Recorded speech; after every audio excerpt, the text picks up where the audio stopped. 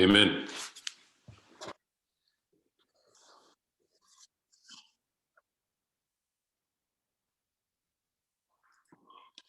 Okay, so greetings again. We will pick up where we left off.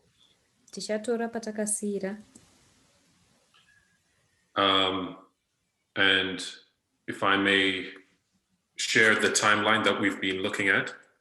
Ndichashare nemi timeline yatanga tichitarisa.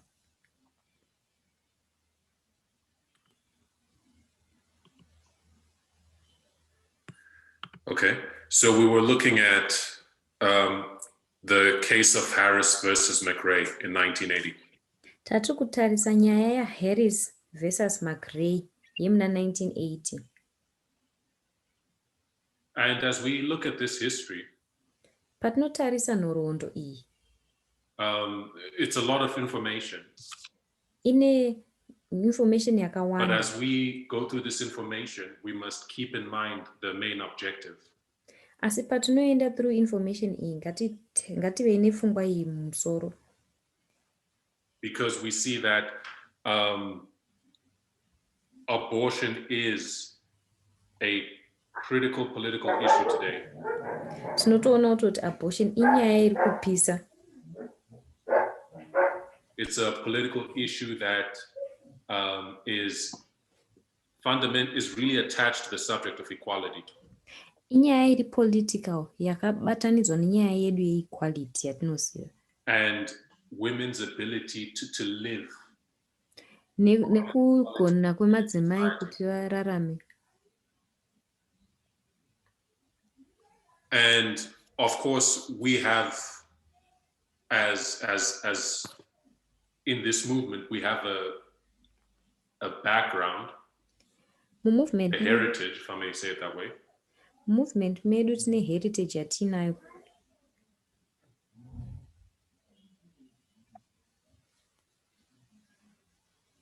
Which has inclined us to view this subject a certain way.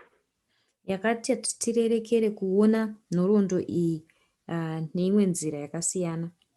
And of course, through the light of the midnight cry, Nelight remidnight cry ratakawana, we've been led to re-examine many of the positions and understandings that we've held.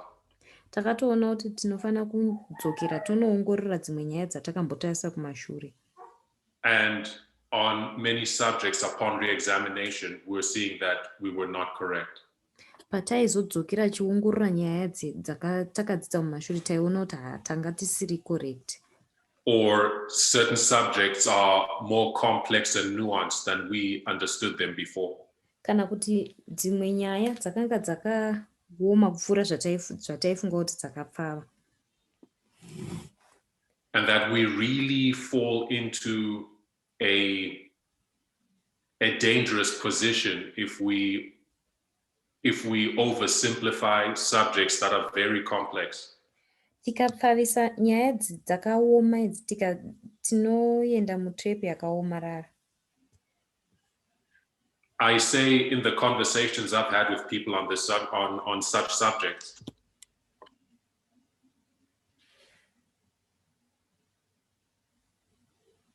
that in that oversimplification, tikapfavisa nyaya idzodzi, there is suffering inflicted upon other people. Pane kudzvanyirirwa kunoitika kune vamwe vanhu. Right. If someone finds themselves on the wrong side of an issue that you've boiled down to a basic right or wrong position, tikava neisusu right ne-wrong situation, kana tikadzikadzika nenyaya yacho umwe munhu anenge achiopreswa, that's going to affect how you treat them. Zvichaafecta kuti and of course, you know, the midnight cry has also opened up the importance midnight cry yakavhurawo kukosha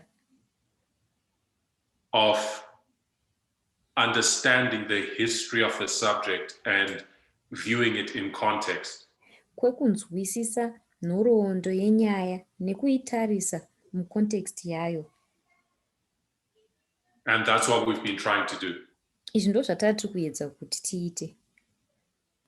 So, and up until now, I think one point has been established quite clearly.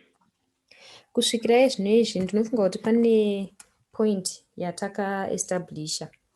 We see that the subject of abortion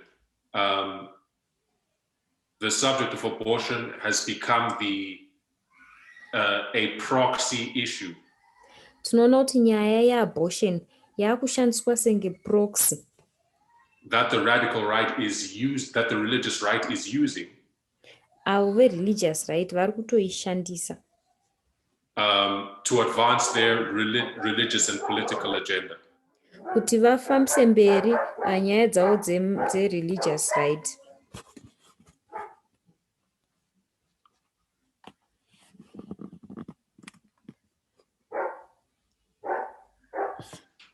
Okay.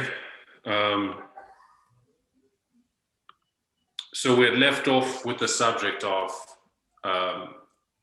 the court case of Harris versus McRae. Saka tasarwa ne-court case yaHarris versus McRae. And we saw that this was another success of the anti-choice movement. Takaona kuti yakanga iri success zvekare.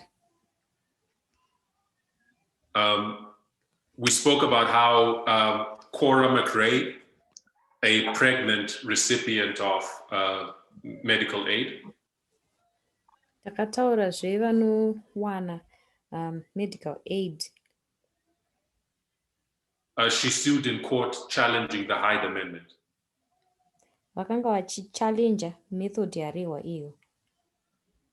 And this case was granted class action status.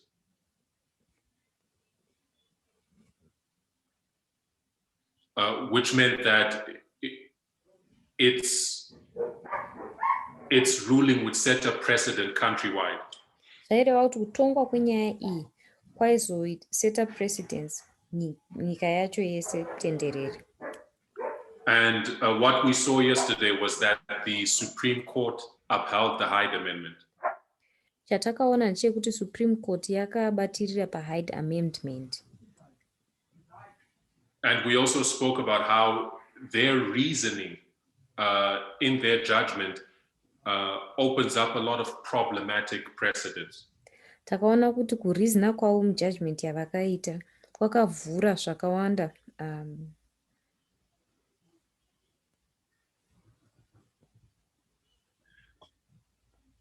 For one, the Supreme Court ruled that not having access to a right Supreme Court yakati kuti munhu asava ne-access kune right does not violate equal protection.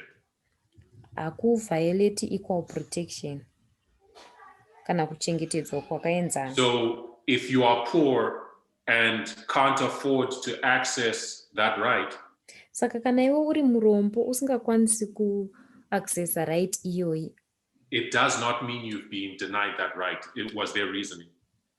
hazvirevi kuti warambidzwa right iyoyo, ndo kwaiva kufunga kwavo. So being poor did not give you protected class status. Kuve murombo kwaisakupa kuchengetedzwa. And this has far-reaching implications. Izvi zvine ma-far-reaching effects azvinazvo. And another issue that was raised Imwe nyaya yakataurwa nezvayo was the fact that the supporters of the Hyde Amendment consistently referenced religion in their motivations. ndeyekuti vaisapota Hyde Amendment ava vakawanikwa vachiteedzera zvechitendero zvakanyanya pese pavaiwanikwa vachitaura. But the Supreme Court then ruled that that was not a violation of the separation of church and state, essentially. Supreme Court yakatonga iyo ikati hazvisi kuviolata kupatsanwa kwekereke nestate. So that is also problematic in its implications. Izviwo zvine dambudziko Because it creates a situation where the separation of church and state is not as solid as it was once thought to be. Nekuti zvinocreata situation yekuti kupatsanwa kwekereke nestate kwakanga kwakasimba kunotanga kupfaviswa. Right. So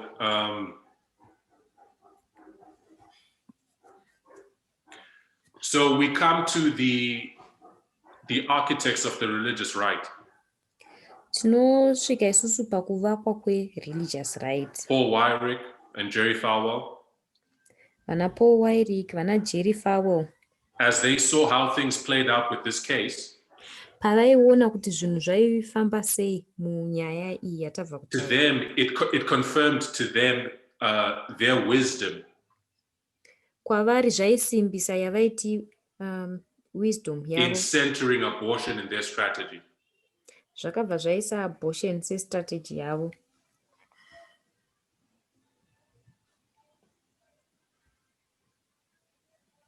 And what followed from this decision chakazotevera kubva padecision iyoyi was that anti-choice organizations ndechekuti vaiva ma-anti-choice organization began to become really active vakatanga kuve active zvakanyanya in developing legislation to undermine Roe versus Wade. Mukugadzira ma-legislation ekudzikisira Roe versus Wade case. One being Americans United for Life. Imwe yayo yaiva Americans United for Life. And I'll just make note of this one.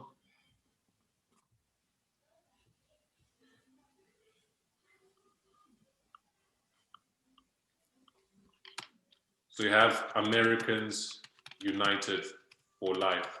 Saka tine Americans United for Life. Or AUL.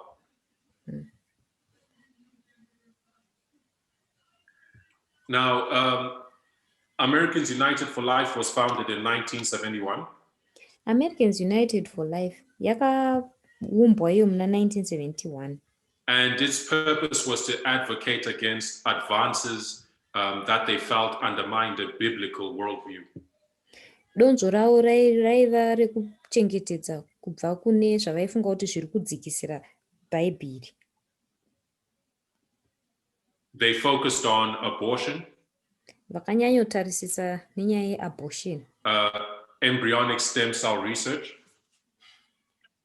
nenyaya idzodzo dzekubviswa kwenhumbu,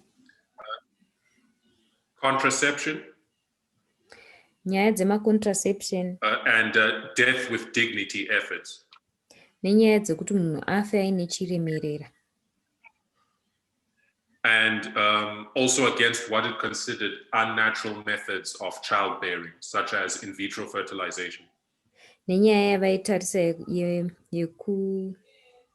unnatural childbearing methods. So Americans United for Life worked parallel to ALEC. Americans United for Life yaishanda iri parallel neALEC. It worked parallel to ALEC.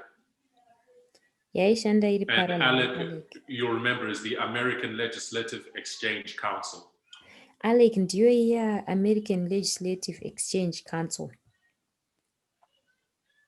And where ALEC worked to produce right-wing corporate legislation, ALEC payaishanda nesimba kugadzira right-wing corporate legislation. AUL worked on these other issues such as abortion. AUL yaizotarisa manje nenyaya dzakaita kunge kubviswa kwepamuviri idzo dzana abortion. So following Cora versus McRae, tichiteera nyaya Harris naMcRae, the AUL moved very quickly to expand its victory. AUL yakafamba chaizvo. Harris versus McRae, not Cora versus McRae.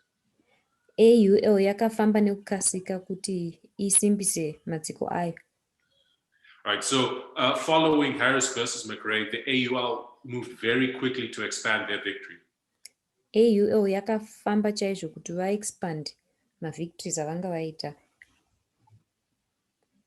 and began to produce model legislation for conservative state governments.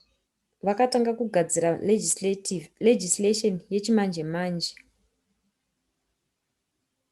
And this is something that we need to see. Izvi tinofanira kuzviona. Because it's something that has been brought out by the message recently. Nekuti chinhu chakaudzwa recently nemessage. Which is the subtlety that is involved in all that we are seeing today. Kakunyangira katinoona mune zvese zvatiri kuona muzuva ranhasi. For example, we know we're not going to see the constitution repealed. Semienzaniso tinoziva kuti hatisi kuzomboona constitution ichirambwa. The constitution is going to remain in place as it is. Constitution icharamba yakadaro sezvairi. But what we're seeing is the way it is interpreted is being manipulated. Asi tikuona kuti nzira yairi kuinterpretwa nayo ndiyo iri kutambwa nayo zvisina kunaka. It's much more subtle than what we expected would happen in the previous dispensation. Zvine kakunyangira so pane zvataitarisira mudispensation rapfuura iri. Ellen White says, we will see a re-emergence of tyranny in the United States. Mai White vanoti tichaona kudzoka kwechidictator. But today we know that the organs of government, asi muzuva ranhasi tinoziva kuti the organs of a Republican government, zvinoumba Republican government, that those are not going to be removed, those are going to remain. Kuti hazvisi kuzobviswa, zvicharamba zviripo. But they're going to be so manipulated that the effect will be the putting in place of tyranny. But zvichatekenywa nekutambwa nazvo kusvikira nyaya yekudictator yaiswa panzvimbo. It's much more subtle. Zvine kakunyangira. And it's the same thing with this subject that we are studying. Ndiyo nyaya yakada kufanana nenyaya yatiri kutarisa nayo iyi yeabortion. Because some may expect Roe versus Wade to be overturned entirely. Nekuti vanhu vari kutarisa kuti Roe versus Wade ichabva yanzi yabviswa zvachose. Right, something very, a stunning development, Vamwe vanhu vari kutozvitarisira zvakanyanya izvozvo. And efforts are being made to overturn Roe versus Wade. Ende kuri kutoitwa maefforts ekuti vabvise Roe versus Wade. But, Roe versus Wade does not need to be overturned. Asi Roe versus Wade haitombonidi kuti ibviswe. While Roe versus Wade is a federal, while Roe versus Wade is upheld at the federal level, apo Roe versus Wade ichisumudzirwa pafederal level, organizations such as the AUL, maorganization akaita kunge AUL, have been working to pass legislation, to have legislation passed. Vanga vari kushanda nesimba kuti legislation ipasiswe. At the state level, palevel yestate, where people are not paying as close attention to what's going on. Apo vanhu vasiri kunyatsokuongorora kuti chii chiri kunyatsokuitika. They're working to have legislation passed at the state level that makes it harder to access abortion. Vari kuda kuti legislation inoita kuti zviome kuti vanhu vawane abortion iitwe pastate level. So while Roe versus Wade remains in place at face value, apo Roe versus Wade ichiramba iri intact pakutarisa kwedu,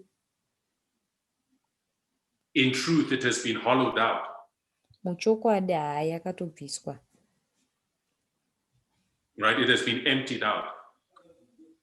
Yakatobviswa. An example of the success of these organizations muenzaniso wekukunda kwemaorganizations aya is the fact that there's some states like Tennessee, inyaya yekuti pane dzimwe mamastates akaita kunge Tennessee, states with millions of people, mastates ane vanhu mamiliyoni akawanda, but so that may have only one abortion clinic. vanogona kunge vaine abortion clinic imwe chete zvayo. Now imagine an entire state with millions of people only having one clinic. Chimbofungai one state ine vanhu 1 million ine one clinic chete. Right? It's completely removing access to the right. Vari kutoda kuzama kubvisa access yeright yeabortion Realistically. pakufunga pazvokwadi. Right. So that's what we need to observe. It's these organizations, most of us, you're probably hearing them for the first time. Zvatinofanira kuongorora pamaorganization iwayo, vakawanda vedu pamwe tiri kutomanzwa pekutanga. But they've made a lot of progress in undermining gender equality. Asi vakafamba chaizvo mberi nenyaya dzekudzikisira nyaya dzegender equality. Okay, so we're looking at Harris versus McRae. Saka tiri kutarisa Harris versus McRae. Now we come to another case. Tosvika pane imwe futi nyaya. It's not on this chart. I will add it and send an updated chart. Ndandisina kuiisa pachat randakatumira, ndichakutumirai rakaupdatwa. But this case is a 1992 case. Asi nyaya iyi inyaya ya 1992.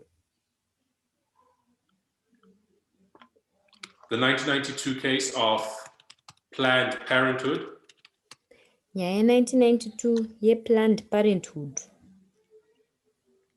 versus case. Planned Parenthood is the largest provider of family planning services in the United States. In addition to, it's the largest provider of abortion as well. Planned Parenthood organization ihombesa yacho inopa zve-family planning nezve-abortion. Okay, so when we look at Planned Parenthood versus Casey, patinotarisa nyaya ye-Planned Parenting versus Casey, this was a Supreme Court case inyaya yaiva kuSupreme Court that brought a challenge to 5 provisions of a Pennsylvania anti-abortion law. yakava nekuchallenja ma-anti-abortion kuPennsylvania. And this law had various provisions that were argued to be unconstitutional. Mutemo uyu waiva nemaprovision akawanda ainzi iwo haasi constitutional. These included a mandatory waiting period before a woman could receive an abortion. Zvaisanganisira kumirira, inguva yekumirira yaifanira kunge iri mandatory yekuti mudzimai anomirira kuti azowana abortion. The requirement to inform her spouse if she wanted an abortion. Zvaisanganisirawo kuti anorequirwa kuti audze murume wake kana achida iye abortion. Among others. Nemamwe ma-requirements akati wandei. So this case having reached the Supreme Court, nyaya iyi yasvika kuSupreme Court,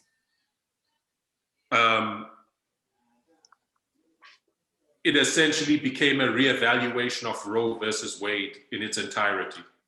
Yakava iyo kuongorora patsva kweRoe versus Wade tichizvitarisa.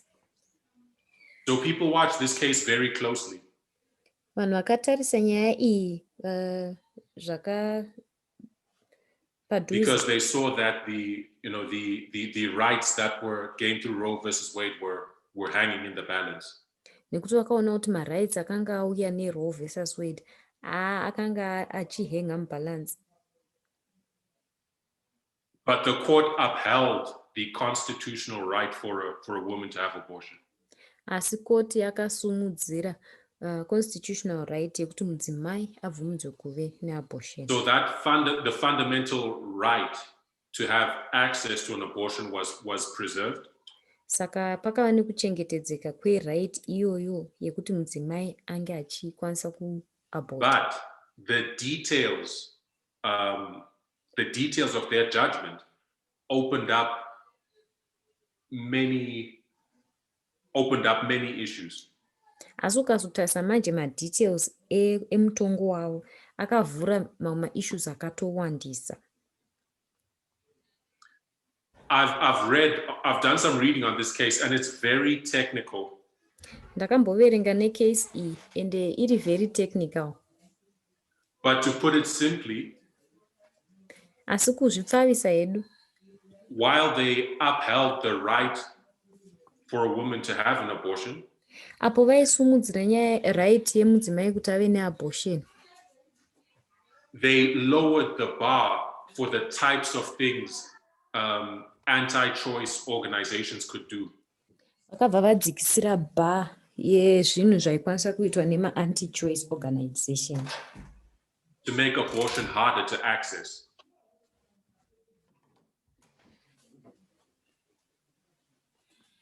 So while at face value it looked like defeat to the anti-choice movement, saka apo tikangozvitarisa at face value zvaita kunge defeat kuma-anti-choice organizations.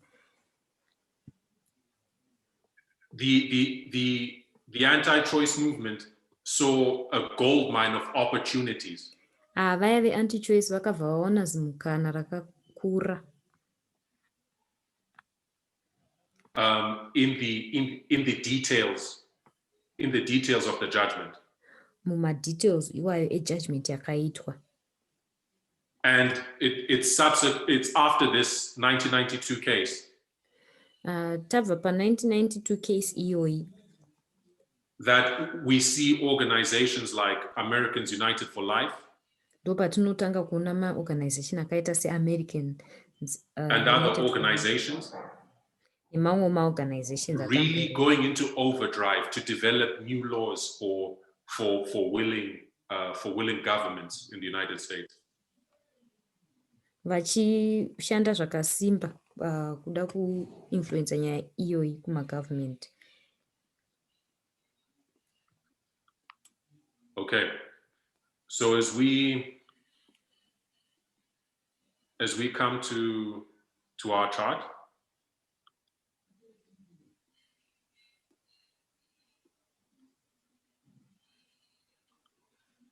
right? So that would be in 1992. It's not on this chart, but we will add it. Tichitarisa chati yedu haipo yayo, but tine chimaka pa-1992. Tichazoiwedza. What we want to do though is we've gone from Harris versus McRae in 1980. Tabva isusu pa-Harris versus McRae muna 1980. And to Planned Parenthood versus Casey in 1992. Tikaenda isusu pa-Planned Parenthood versus Casey yemuna 1992. We want to go back and fill in some of that history from around 1980 onwards. Toda kudzokera manje mumashure zvishoma tozadzisa history kubva iri pakati pa-1982 1980 na-1992. And as we do that, we're going to look at the first major electoral success of the religious right and the anti-choice movement. Tichaongorora major electoral success ye-religious right. And this was the election of Ronald Reagan. Kwaiva kusarudzwa kwaRonald Reagan. We'll talk about his campaign in 1976. Tichazotaura hedu nyaya yake yemuna 1976.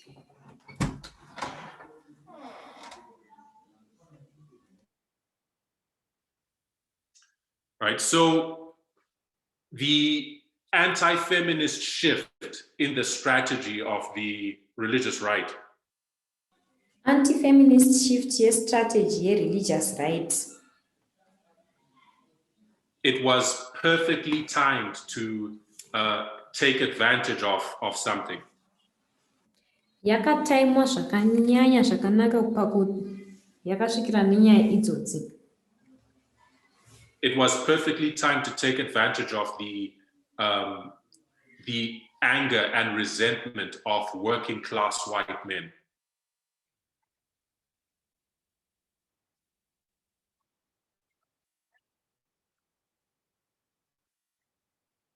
So you have this demographic of working class white men from rural backgrounds, predominantly.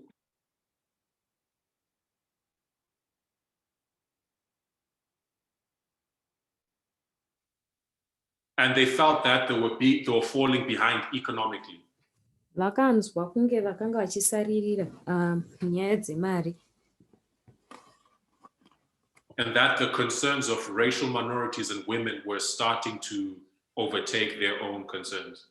Uye kuti nyaya dzeminority yemadzimai.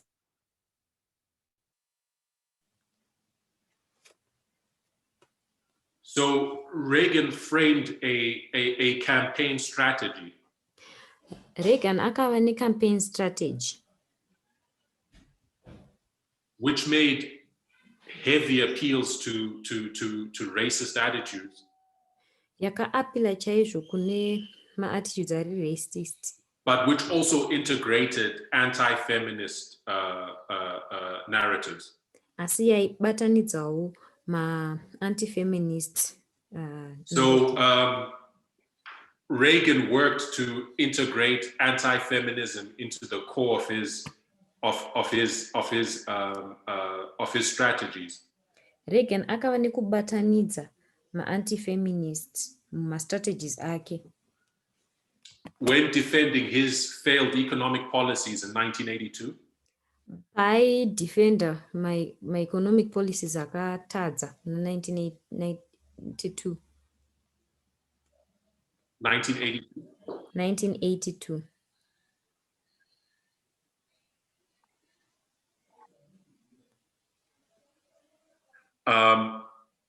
He argued that part of the unemployment problem,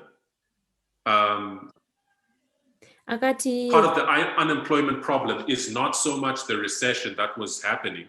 Aiti nyaya ye-unemployment yaivapo nguva iyoyo haisi nyaya ye-recession yanga iripo. And he says, ladies, I'm not picking on you. Obva ati madzimai handisi kukutaurayi imimi. But more of you entering the workforce is the reason why this is happening. Asi kupinda kwamakaita imimi mumabasa ndo now tine economic recession. Right? So this strategy of racism on the one hand and anti-feminism on the other, it worked so well.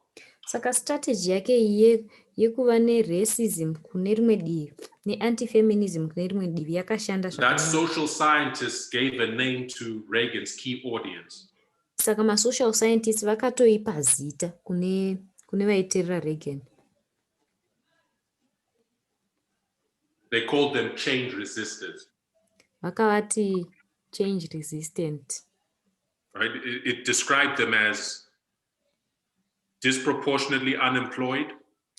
Vakavati vari disproportionately unemployed. Resentful. Vano ruvengo. Convinced that they were being left behind by a changing society. Vanove nekubvuma kuti vanhu vari kusarira pane society iri kuchinja. And most hostile to feminism. Ende vane ukasha kunyaya nhau dzefeminism. So just speak briefly about how Reagan handled the subject of race.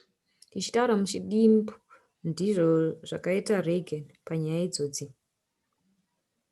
In his 1976 campaign, muna 1976 paaikampaigna, he used fake stories to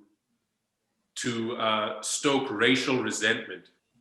Akashandisa nyaya dzekunyepa kuti kuve neruvengo. He spoke to crowds about people buying, living luxuriously, akataura nhau yekuti vanhu vari kutenga zvinhu vachirarama zviri luxurious, of, swimming pools and housing projects. achitaura nyaya dzekuti vane maswimming pool nedzimba dzakakura kura. Right? And he popularized the term welfare queen. Some of you may be familiar with that term. Akabva ava nekutaura kwaaiva nako. Right? To create this image of, that, Black people were taking advantage of the system and white people were losing out. Kuti vanhu vaone kunge vanhu vatema vanga vari kutora advantage yesystem iyi ende vanhu varungu vakanga vachiloser out.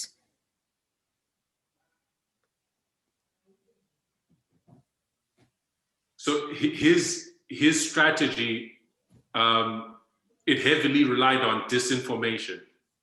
Saka strategy yake yaitofana kuvimba chaizvo nedisinformation. And it worked. Yakamushandira. He won popular support for the economic policies which were really harmful in the years of his presidency. Akahwina support yeruzhinji yemapolisi ake enhau dzemari. Right. His policy slashed housing benefits. Policy yake yakabvisa housing benefits. It cut aid to children in poverty. Yakabvisa vana vari mupoverty. And it cut feeding programs for the poor. Ikabvisa futi kupuwa chikafu kwaiitwa vanhu vasina mari. Okay, so something that the author of the book we're looking at makes note of.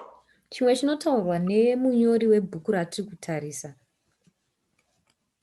Is the role of conservative white women in this history. Ibasa rakabatwa nemadzimai vechirungu. As the Republican Party increasingly turned away from support of gender equality and Roe versus Wade. Apo Republican Party yakatanga kusiyana nekusapota gender equality yaRoe versus Wade. The women who held on to jobs in the Republican Party, madzimai vakaramba vakabatirira kumabasa muRepublican Party, they found themselves in a difficult position. Vakazviwana vari panguva yakamanikana. They could either lose their position in the party if they continue to support equality. Vaigona kutoluza maposition avo muparty dei or they vairamba could protect what privilege they had by helping the party in their fight against equality. Ende vaichengetedza maprivileges avo pakubetsera party kurwisanisa neequality. And many chose to preserve their social standing than to fight for genuine equality. Vazhinji vakasarudza kuchengetedza social standing yavo pane kurwira equality. Many of these women ended up as advisors, as campaign policy advisors. Vazhinji vemadzimai ava vakazopedzera ma-advisors vema-campaign policy. Working to redefine Republican feminism. Vachishanda kuti redefine feminism. And this betrayal, the book uses the word betrayal. Izvi zvakava nekubetreya. This betrayal by white women of gender equality left a mark which we see to this very day. Kubetreya kwakaita madzimai echichena kwakasiya maki yatinoona even muzuva ranhasi. The 1980 election that Reagan won, election ya1980 yakahwinwa naReagan, was the first time you really saw a partisan division between women in the United States. Ndo paiva pekutanga pataitoona kupatsanurwa kwemadzimai manhau dzemaparties. Today you have this pattern where the feminist movement before that time was quite a multicultural, was a multiracial movement. Feminist movement yakanga iri multiracial tisati tasvika pa1980 apa. But what you see after Reagan wins is that you see a clear racial division after 1980. Asi taona Reagan awina tinotoona paine mupatsano maererano nerace. Where women of color overwhelmingly vote Democrat. Apo vadzimai vekala pavanovhotera mademocrats vakawanda. Right. So there's that, there's the racial division in how women vote in the United States. Saka panova nekupatsana racially kwekuti madzimai vanovhota. And it has persisted from the 1980 election onwards. Ende zvakaramba zvichingoitika kubva 1980 tichiendera mberi. So from Reagan onwards, kubva pana Reagan tichienda mberi, the religious right has retained a level of influence within the Republican Party. Religious right yakachengetedza level ye-influence mu-Republican Party. Such that anti-choice has become the orthodox position within the party. Zvekuti anti-choice ndiyo yato ikuru mu-Republican Party. It has not only become the orthodox position of the Republican Party, it has become a litmus test. I-orthodox position mu-Republican Party ende ndiyo yanoshandisa kutesta se-litmus test. It has become a prerequisite, a requirement for support. Yakutoita se-requirement for kuti usapotwe. And what that has created within the Republican Party chazvakagadzira mu-Republican Party manje is an arms race for who can be the most fervent basher of abortion. Irace yekuona kuti ndiani anogona kuve wekutanga kuti awine nyaya dzeabortion idzodzi. Now, the author of this book, Elise Hogue, uyo akanyora bhuku redu anonzi Elise Hogue, she uses an illustration that some of us may be familiar with. Anoshandisa muenzaniso vamwe vedu tinogona kunge tichiuziva. I'll share this here. Ndichashare screen. She compares and contrasts the careers of two conservative media personalities. Compare nekucontrasta ma-media personalities. Tommy Lahren and Ben Shapiro. Mudzimai anonzi Tommy Lahren nemurume Some of you may be anonzi familiar Ben with them if Shapiro. you follow the news.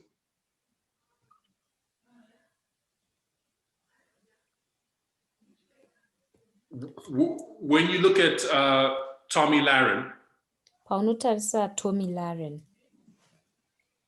some of you may remember years ago, around about 2017. vamwe vanogona kurangarira mumakore anana 2017. She was an extremely popular young commentator. Akanga ari mushamarari aizikamwa zvikuru. On the conservative platform called The Blaze. Pa-conservative platform yainzi The Blaze. And then, she's widely popular for a period of time. Anenge ari popular kwechinguvana.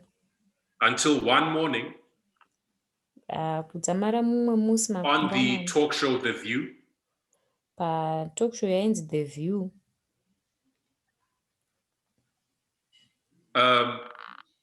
Lahren suggested that the Republican Party's focus on abortion iye Lahren akataura iye akati Republican Party focus yayo pa-abortion was contrary to her commitment to small government. Yakanga yaipa nekupesana necommitment yake yaakanga ainayo.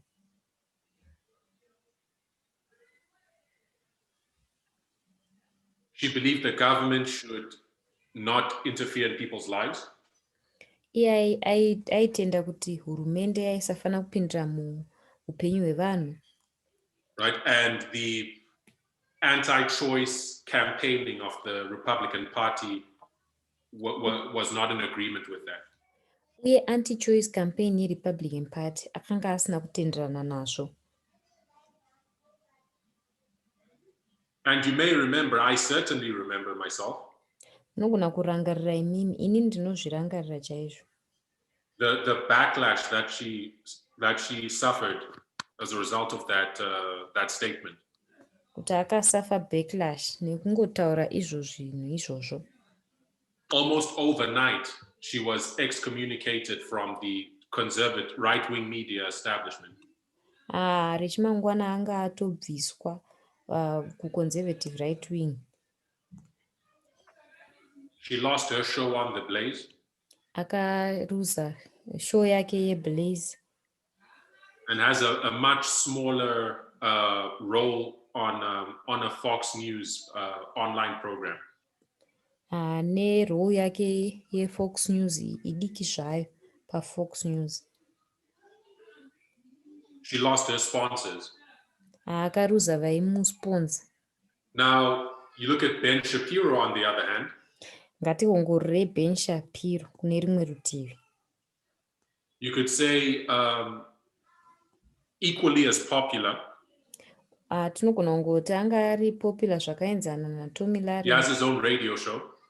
Ane show yake. And his own YouTube channel, which is very popular in right-wing circles.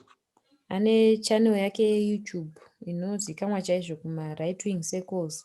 He, on the other hand, gave full support to the radical right anti-choice position. Uye akava nekutsigira kukuru kuma radical right ma-anti-choice aya yatambotaura. And if you compare what has happened with Larry since 2017 and Shapiro, his career has really soared. Ukatarisa uchiongorora zvakaitika na Tommy Larry nezvakaitika na Shapiro career yake yakashuta kuenda mudenga. And he was the keynote speaker at the 2019 March for Life. Ndiye aiva mutauri mukuru pa2019 March for Life.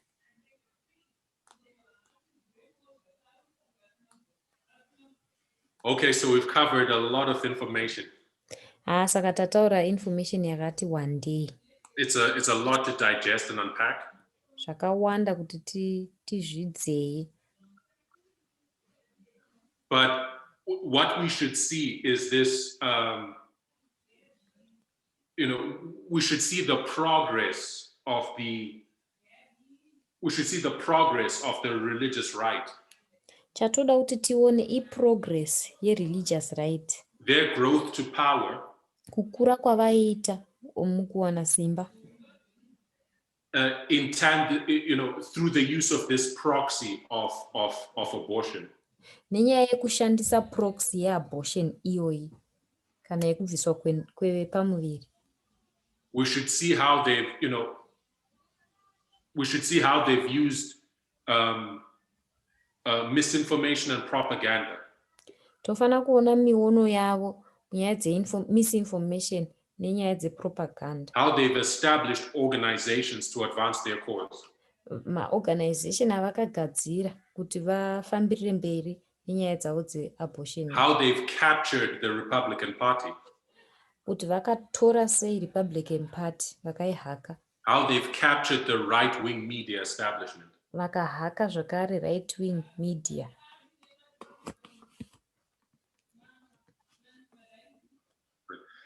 And now we come to another piece of this story.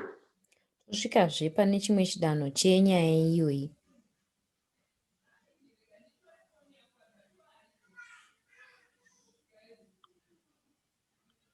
It's another organization that we're going to look at. Pane imwe organization zvakare yatichatarisa.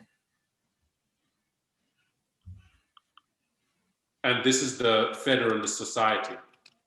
inonzi iyo Federalist Society. The Federalist Society. The Federalist Society.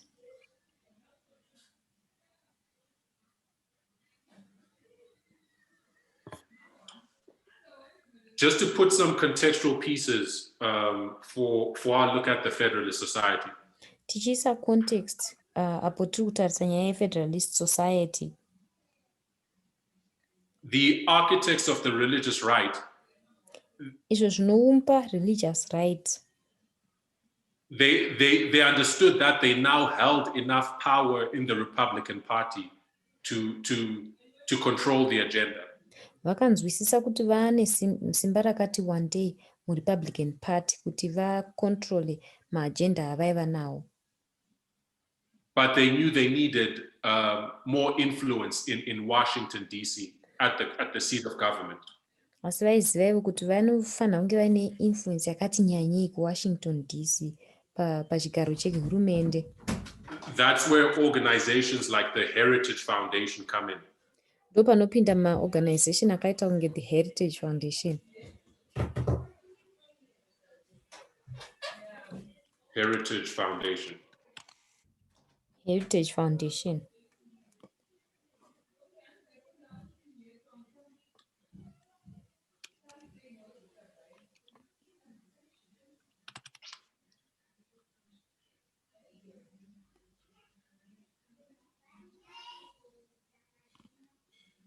When you look at the Heritage Foundation, paunotarisa foundation iyoyo inonzi Heritage Foundation, it was founded by Wyrick. yakatangwa naWyrick. And it developed a lot of the policy proposals that were used by Ronald Reagan. Yakagadzira mapolicy proposals akawanda akashandiswa naReagan. As a matter of fact, it controlled much of the policy agenda of the Reagan administration. Yakatova nekukontrola mapolicy agenda akanyanya aReagan administration. And even when leaving office, Reagan acknowledged that the Heritage Foundation was a vital force. Chero paaisiya office, Reagan akatotaura akati Heritage Foundation yaitova vital force.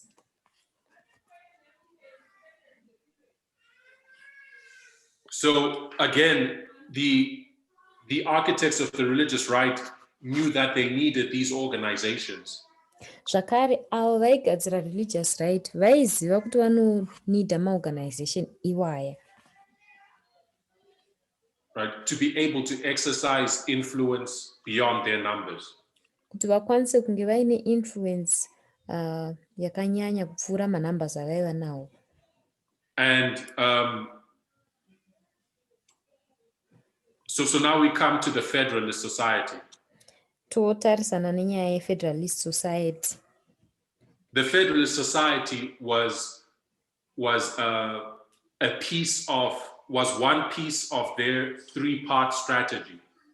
Federalist Society chaiva chidimbu che-three-part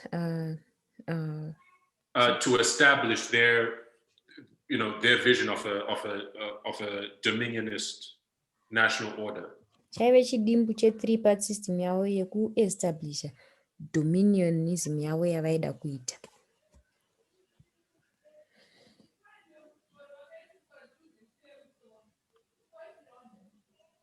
We'll look at these three.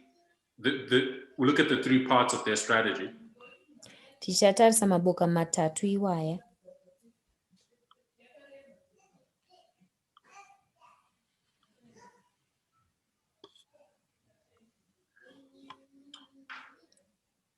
The three parts of their long-term strategy. Tichatarisa maboka matatu strategy yavo. The first was, in summary, to take the Supreme Court. Yekutanga yaiva yekutora Supreme Court. The second was to use state legislation to undermine Roe versus Wade, as we were discussing earlier. Yechipiri yaiva yekushandisa state legislation kuti vadzikisire nyaya yeRoe versus Wade. The third was to gain political influence through the use of disinformation. Yechitatu yaiva yekugaina simba nationally kuburikidza nepolitics. But when we come to the first part, patinotarisa nyaya yekutanga, that of taking the Supreme Court, iyo yekutora Supreme Court, they knew they could not rely on politics alone to implement their agenda. vaiziva kuti vaisakwanisa kurely nepolitics paagenda iyoyi. They knew they did not have public support on their side. Vaiziva kuti vakanga vasina support public. And they understood the judiciary's power to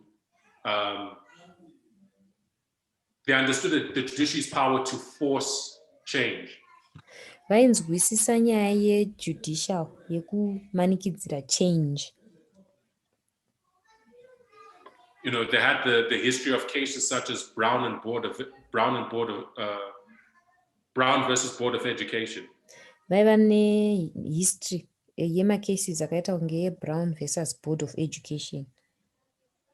And then Roe versus Wade itself. Neimwe yacho yeRoe versus Wade. They saw that the Supreme Court could be an agent of forcing change. Vakaona kuti vaifana kuforsa kumanikidza kuchinja. But the Supreme Court itself was insulated from public opinion. Asi Supreme Court pachayo yakabviswa pane It was not influenced by the will of voters. Yaisainfluenswa newill yemavoters. And for a group that understood that they did not have voters on their side, paboka rainzwisisa kuti havana support yemavoters, they knew they needed a strategy to take the Supreme Court if they were going to win in the end.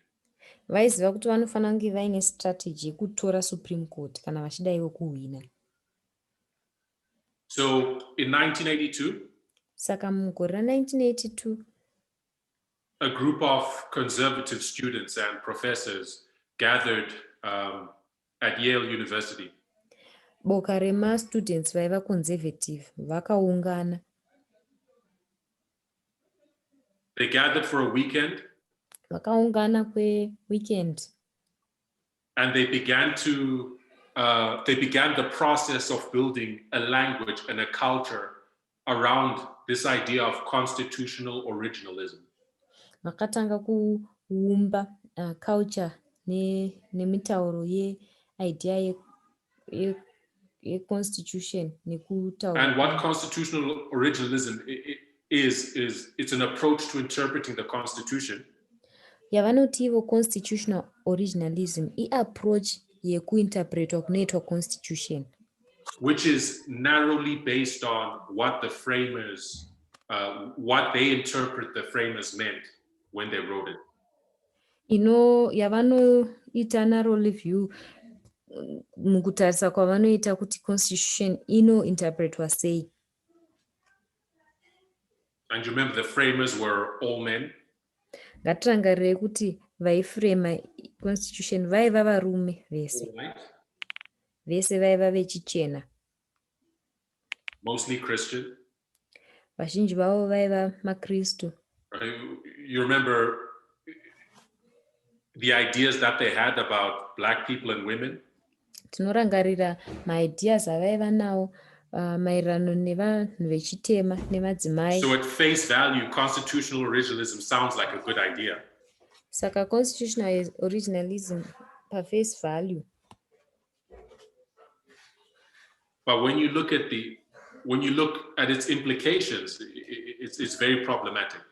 Pa face value inoita kunge yakanaka, asi ukazotarisa maimplications ayo inotipa matambudziko. Certainly problematic for racial and gender equality. Inotipa matambudziko panyaya dzeequality dzegender nedzerace. So they created this group and they called it the Federalist Society. Saka vakaumba boka iri ravaiti Federalist Society. Right, so they emerged from that weekend feeling energized. Saka vakabva kuweekend iyi vachifila kunge vanga vawana chimusimba chakanyanya. And began to make efforts to develop and promote conservative-minded lawyers.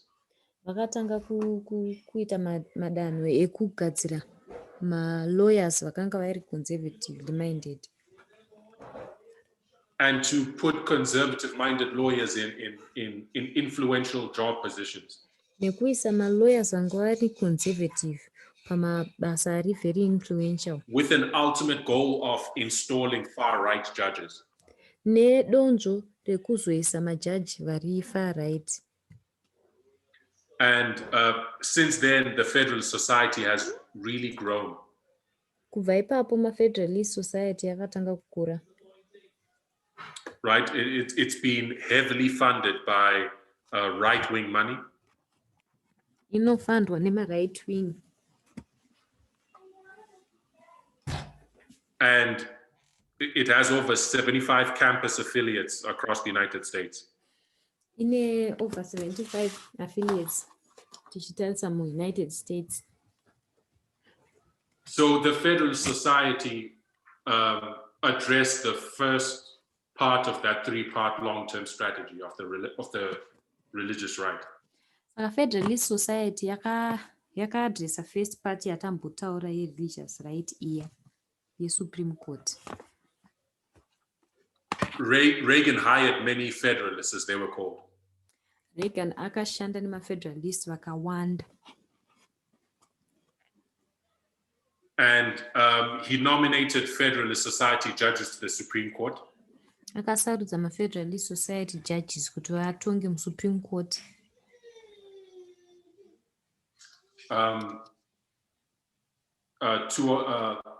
There were two of them, William Rehnquist and Antonin Scalia. Papaina William atauro wekutanga na Antonin Scalia. I'll just put those names on our list.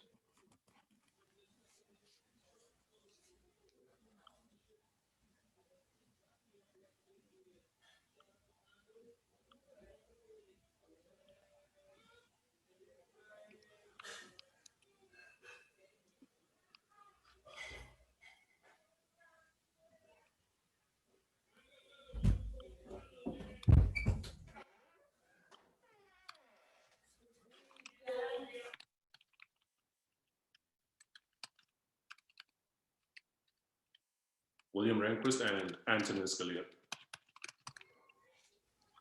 William Rehnquist na Antonin Scalia.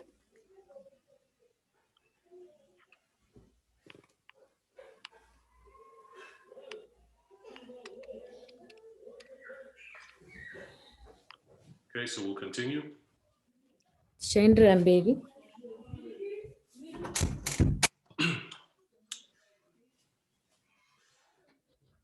Rehnquist, actually, I'll make the note. William Rehnquist ndichanyora. That his nomination was challenged on account of his participation in voter suppression. Kusarudzwa kwake kwakachallenjwa nenyaya yekuparticipata mu-voter suppression kwaaita. In the 1960s, he was involved in Republican Party voter suppression efforts. Muma-1960s, akanga kuwanikwa ari involved mu-voter suppression. But he was confirmed in the end. Asi, akava nekuconfirm mukupedzisira kwazvo. And if we may skip ahead to the present. Tikamhanya isu tikatarisa nguva yatiri inoi. If we come back to our chart here. Tadzokera isusu pachati redu ratiinaro. You remember when Donald Trump was elected during his campaign? Tikarangarira isusu pakasarudzwa Donald Trump pakampeni yake. He made a pledge to only elect Federalist Society justices. Akatsidza iye kuti achangosarudza majustice ve-Federalist Society voga. Neil Gorsuch, who we put in place in 2017. Neil Gorsuch waakaisa muna 2017 ndeweFederalist Society. Brett Kavanaugh, who he put in place in 2018, another Federalist Society appointment. Brett Kavanaugh umwe waakaisa muna 2018 ndemumwezve weFederalist Society. And Amy Coney Barrett, who is not on this chart. She's another Federalist Society appointment. naAmy Coney Barrett haapo hake pachati redu asi ndemumwezve weFederalist And so what you have now is a supermajority of Federalist Society justices on the Supreme Court. Saka unochiona manje kuti paSupreme Court paane majority yemaFederalist Society judges. Which you begin to see how dangerous that is when you understand,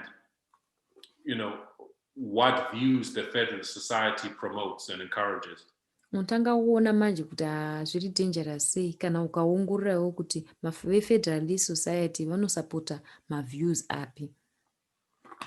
What they found is that abortion proved to be an excellent litmus test for likely members of the radical right.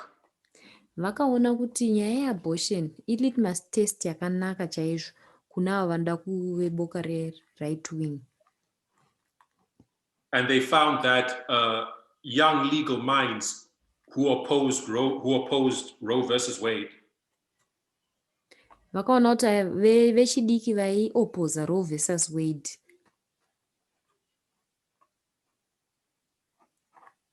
were also far more likely to adhere to the broader philosophy and policy preferences of their movement.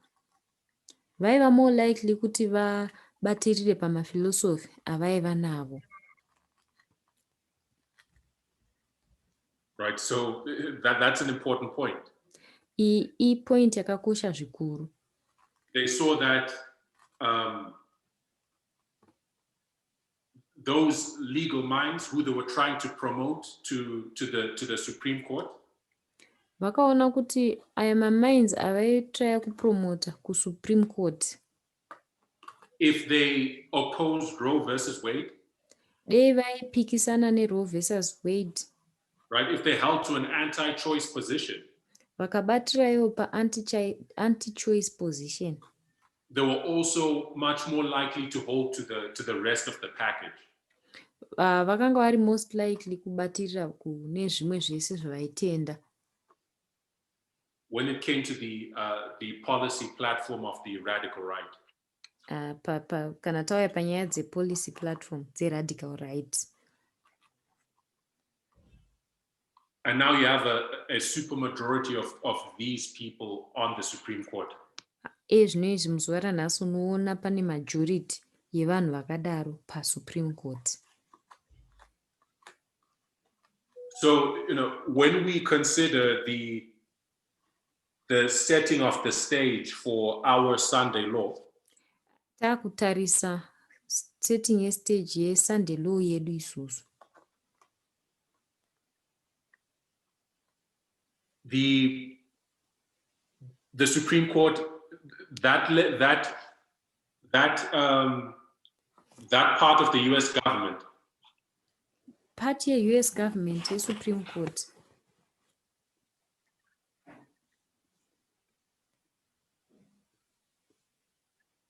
right, understanding that the government comprises of three bodies. Muchinzwisisaiwo kuti hurumende yacho inocomprise ne3 bodies: the judiciary, the executive, and the legislature. Judiciary, executive ne-legislative. The judiciary's already been taken. Judiciary yakatotorwa kare.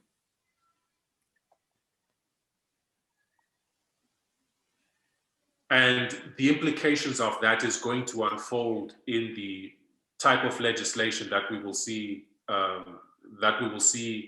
in the type of rulings that we're going to see coming out of that court. Tichatozoona maimplications acho, taakuona marulings avanoita mukoti imomo. Okay, so we've covered a lot of ground. Nhasi takava ground rakanyanya. It's been very information heavy. hapa paine information yakanyanya. But I think I'll pause here because the next section is a big piece that we need to talk about. Saka ndinofunga kuti ndichamira panguva ino. So in our next study, we'll take it right up to the present day. Patichazotarisa mustadi yedu inotevera tichazvisvitsa panguva yatiri muzuva ranhasi. To where we stand presently. Kuti takamira papi muzuva ranhasi. And that's what we will do tomorrow.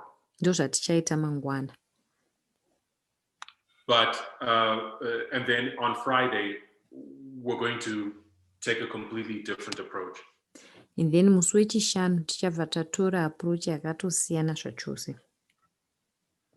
Right, where we're going to be looking at the data. Apo tichatarisa data racho. Okay, so yes, it's been good. I'll ask that we close with the word of prayer. Tichavhara nemunamato.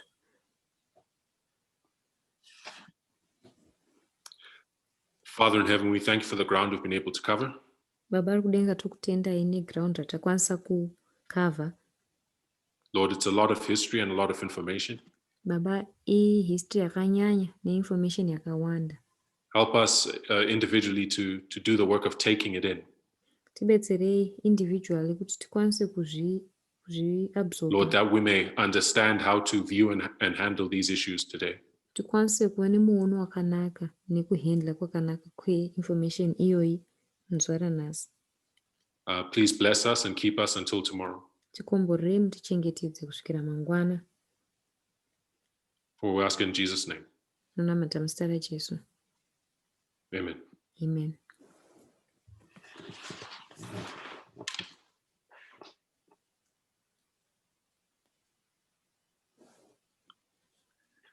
Okay, I'd like to thank everyone for